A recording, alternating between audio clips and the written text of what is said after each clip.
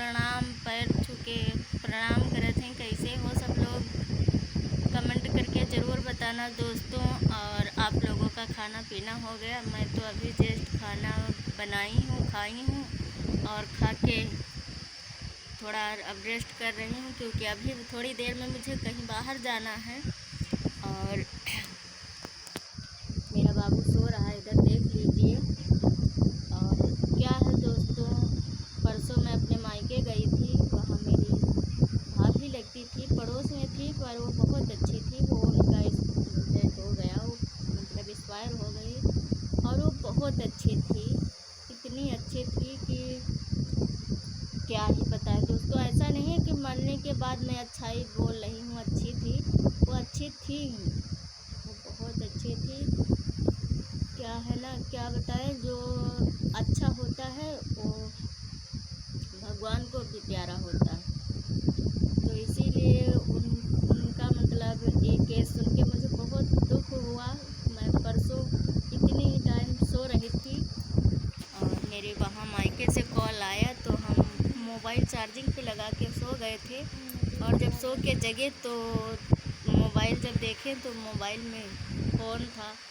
तो फ़ोन मैंने दोबारा यहाँ से रिटर्न किया कि सब बात करें, शायद ऐसे ही मिलाई होंगी। मेरी भतीजी फ़ोन की थी, तो हमने जब कॉल किया तो फ़ोन रिसीव नहीं हुआ।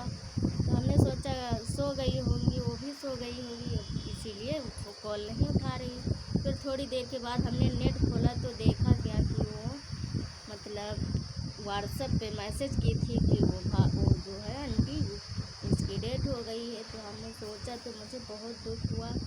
और फिर तुरंत गई भी, शायद हमने सोचा कि शायद मिट्टी देखने को ना मिले। और हमको ये चीज़ पता भी नहीं थी, क्योंकि वो बहुत मतलब नॉर्मली रहती थी, कभी उनको कोई दिक्कत नहीं होती थी। पर क्या है ना, उनको दिमागी बुखार आ गया था। दिमागी बुखार की वजह से एक दिन पहले उनको लखनऊ मेडिकल कॉलेज लेके गई, वहाँ एडमिट रहीं 24 घंटे।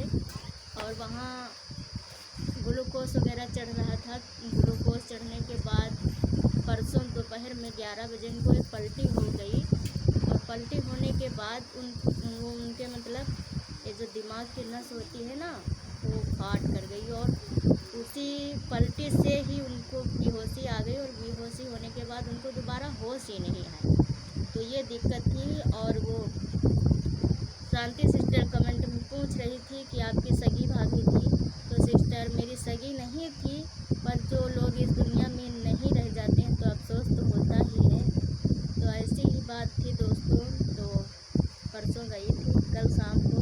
परसों ही लौट आना चाहिए था हमको, क्योंकि अगर किसी के मिट्टी में जाओ तो रुकना नहीं चाहिए। पर क्या है ना, मेरे पास मजबूरी थी ये कि शाम को मिट्टी हुई।